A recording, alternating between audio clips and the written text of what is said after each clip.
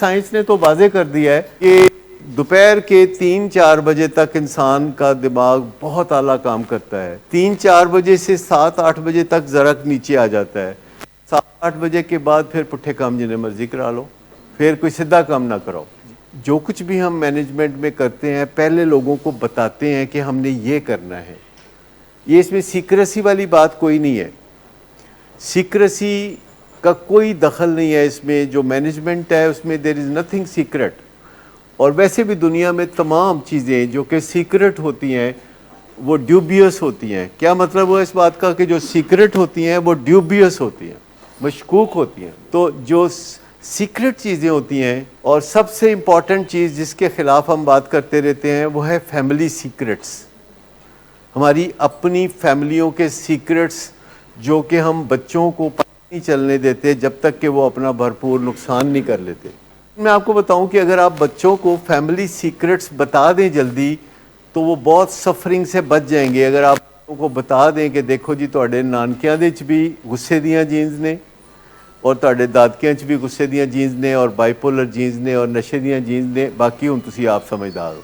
کیونکہ جب آپ بچے کو بتا دیتے ہیں اور رسپانسبلٹی اس پہ ڈال دیتے ہیں.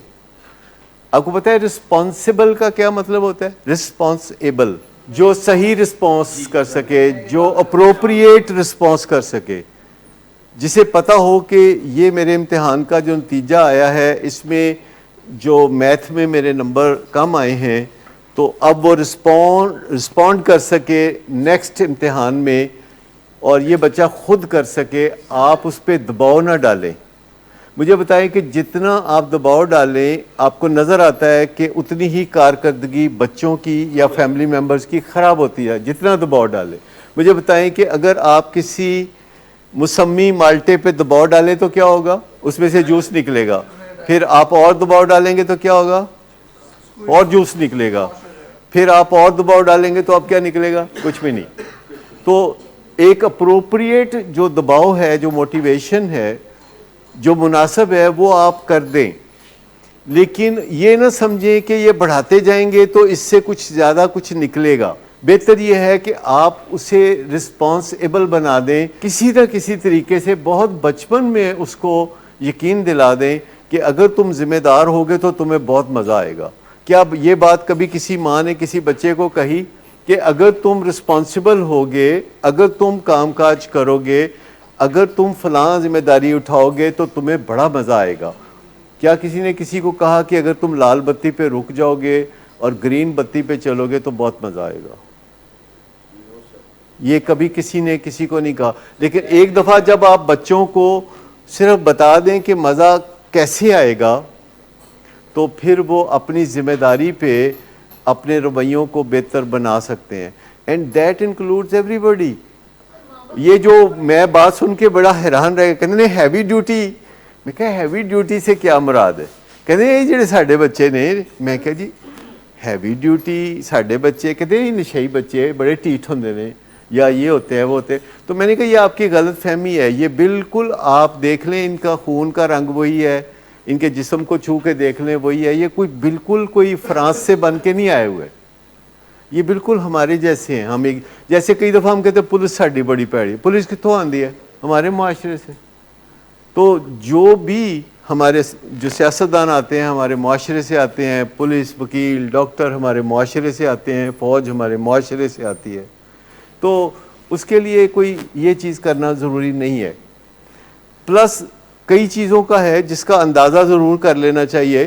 کئی دفعہ مجھے بتائیے کہ آپ جب کوئی نوجوان ہوتا ہے تو اس سے کیا توقع رکھتے ہیں کہ وہ بہت کام کاج کرے, وہ بہت کاروبار کرے, وہ بہت پیسے کمائے. کیا آپ نے کبھی اس سے کہا ہے کہ ہم ایکسپیکٹ کرتے ہیں کہ تم بہت اچھے فیملی مین بنو گے؟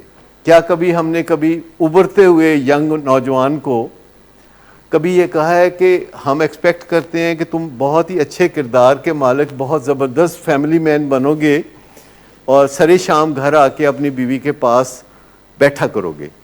کیا ایسی باتیں کبھی ہم نے اپنے بچوں کو بتائی؟ ہم اپریشیٹ کسی اور چیز کو کرتے ہیں اور تمنا ہم کسی اور چیز کی کرتے ہیں. اور کئی چیزیں بڑی واضح ہوتی ہیں.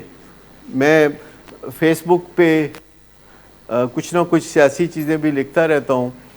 اور اس میں جو اوورسیز لوگ ہیں وہ بعض اوقات بڑا ریئیکٹ کرتے ہیں. کوئی دور بیٹھے ہیں بندے نوں مزہ بڑا آندا ہے کہ نیو یارک بیٹھ کے کسی نوں برا بھلا کہنا پاکستان دے وچ بہت آسان لگتا ہے کہ مینوں تو پوچھ کوئی نہیں سکتا.